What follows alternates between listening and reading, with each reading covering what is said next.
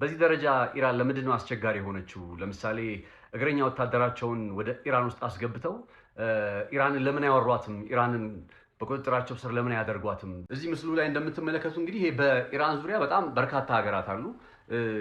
የሀገሩን መኖር ጉዳይ ሳይሆን ግን ዋነኛው ነጥብ ምንድነው? የኢራን የመሬት አቀማመጥ ነው እንዳልኳችሁ። ለምሳሌ በዚህ በአፍጋኒስታን በኩል እዚህ ጋር ባለው በአፍጋኒስታን በኩል ወይም በፓኪስታን ባሉት አካባቢዎች ላይ እንግባና የእግረኛ ጥቃት እንሰንዝር እስከ ተርከሚስታን ድረስ ባለው ኤሪያ ላይ ማለት ነው።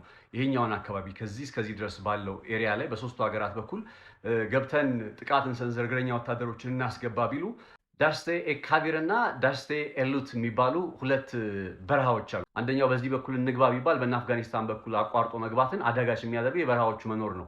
ልክ አፍጋኒስታንን አልፋችሁ ተርከሚስታንን አልፋችሁ ደግሞ ስትሻገሩ የማን ባህር ነው የሚታየው? እዚህ ጋር የካስፒያን ባህር ማለት ነው። እንግዲህ በካስፒያን ባህር ላይ በኩል መጥተው ማለፍ አይችሉም ማለት ነው። በኢራን ከበረሃዎቹ ቀጥሎ እዚህኛው ጋር ደግሞ የካስፒያን ባህር አለ። የካስፒያን ባህር ሌላ ለኢራን መከላከያ ሆኗታል ማለት ነው።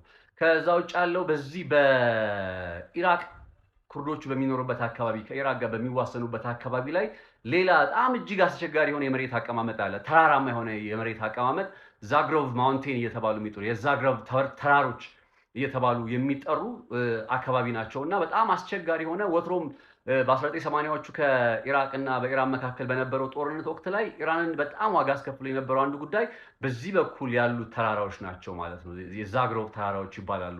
ከዛ ቀጣይ ያለው አማራጭ ምንድነው ካላችሁ እዚህ ጋር የምንመለከታት ኩዌት ነች ያለችው። ዙም ላድርገውና ተመልከቱት። በጣም በቃ የማይመች ለመግባት የማይመች ነው። እሱም እጅግ በጣም ጠባብ ኤሪያ ነው። በኩዌት በኩል መግባት አዳጋች ይሆናል። ከኩዌት ወረድ ስትሉ እዚህ ጋር ባሉት አካባቢዎች ላይ ይሄ የአረቢያን ገልፍ እየተባለ የሚጠራው ባህር ነው። እዚህ ጋር ያለው ማለት ነው የአረቢያን ገልፍ ባህር ነው። በላይ በኩል የካስፒያን ባህር፣ በታች በኩል ደግሞ የአረቢያን ባህር አለ።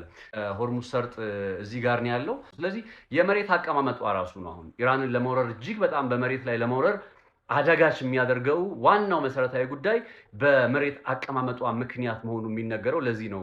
ጠቃሚ ሆኖ ካገኛችሁት የመረጃ ለብዙዎች እንዲደርስ ሼር ማድረጋችሁን አትርሱ። መረጃውን ሼር አድርጉት፣ ኮፒ ሊንክ አድርጉት።